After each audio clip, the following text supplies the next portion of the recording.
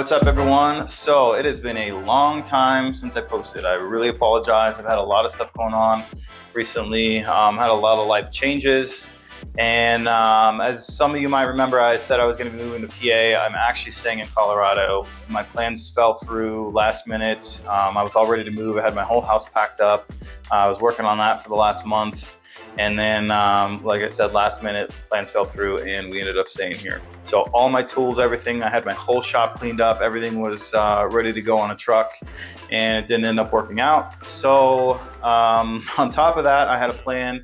I had plans to go to Mexico already, and I just got back last Sunday. So I was gone for a whole week in Mexico, and I really haven't had a lot of time to work on the car or do much else with posting or creating any videos.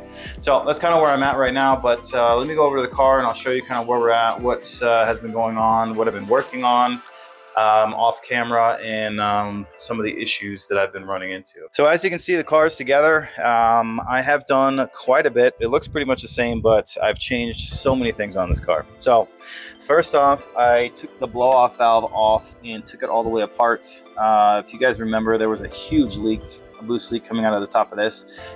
This no longer spins.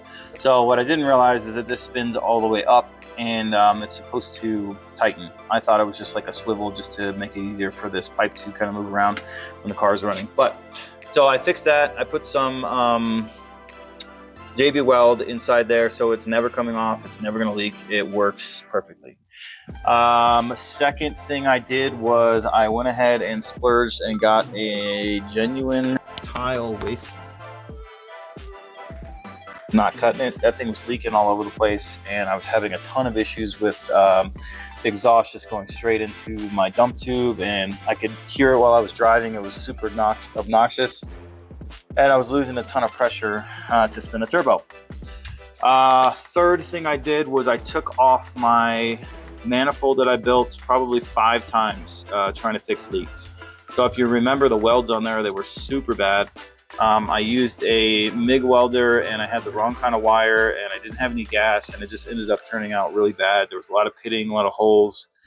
So I went ahead and took it all off and re-welded everything. So I did end up getting my TIG set up. I got a bottle of gas and my TIG welder. So that helped a ton. I just went through and cleaned up all the welds and tried to make everything as smooth as possible and make sure that it wasn't leaking. I did some pressure tests on the exhaust manifold too. I plugged off all the sides when it was off, and then I put about 10 PSI through there. There were still a little bit of tiny leaks, but nothing too crazy. At some point, I need to rebuild this thing completely, and I think it's going to be sooner than later, just based on the issues I'm still having with the car. So I can only get about 6 PSI if I'm redlining the car out. I know this is a big turbo, but I've seen plenty of people with smaller engines and less displacement spinning these up.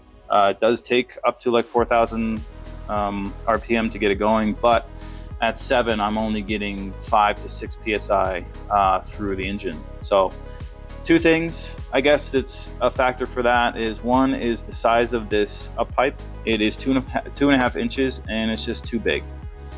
If you think about having like a giant garden hose, like a 2.5 inch pipe, and you have water coming through that, it's just gonna like fall out. You know, it's not gonna be any high pressure.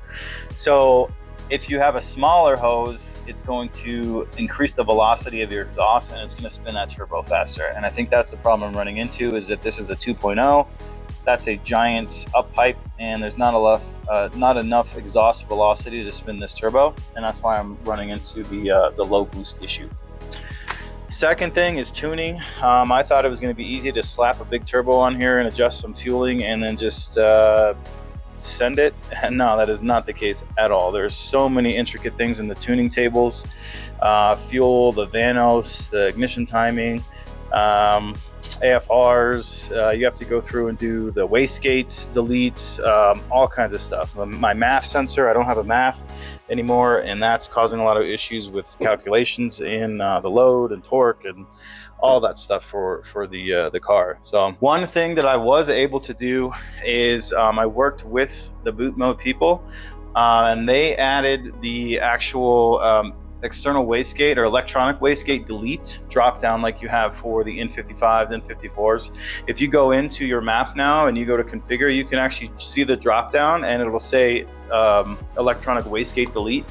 Yes or no. That is because of me. I worked with those guys for like the last month. I've been going back and forth with them trying to figure out how to get it to tune that out. I was getting a ton of error messages and stuff, and they actually went in there and did that for me.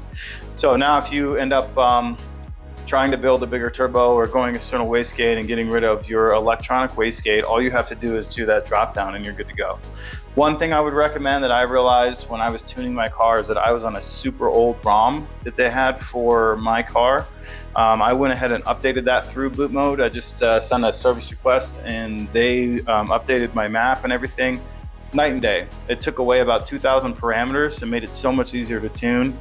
And I was able to actually tune out the error messages. I don't know if you guys remember, but when I was tuning, I would put in like an error code in the configuration and say, you know, don't alert me for this code. It would still come up. I was still going to limp mode, and I was having issues with spooling and all that because I was in limp mode.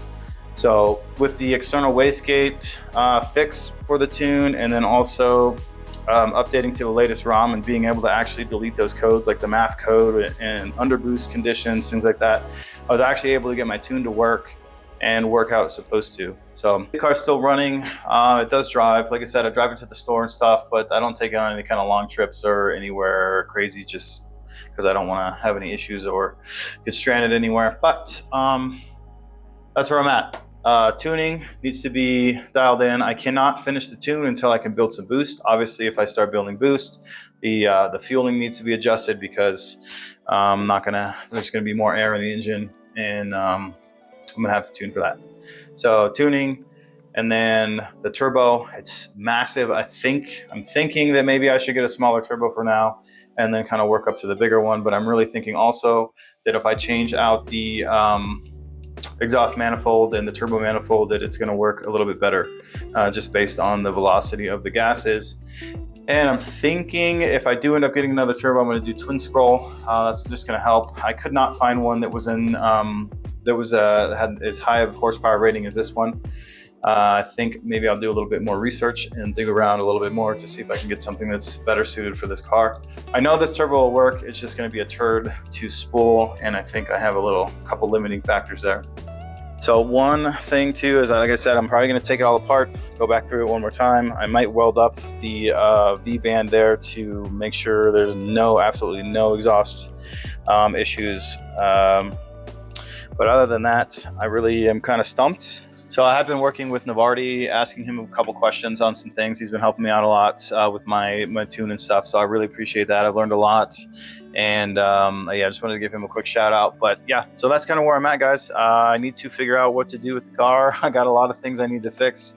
If you end up going big turbo, there's a lot more to it than just putting a big turbo on there and then trying to get it tuned. So just want to let you guys know that I will figure it out. But for now, we're just going to be kind of tinkering. It's kind of learning as we go. So hopefully I can get a real driving video for you guys soon. Like I said, it's just not anything exciting. If I floor it, I'm going, normal speed limit. It doesn't do anything crazy.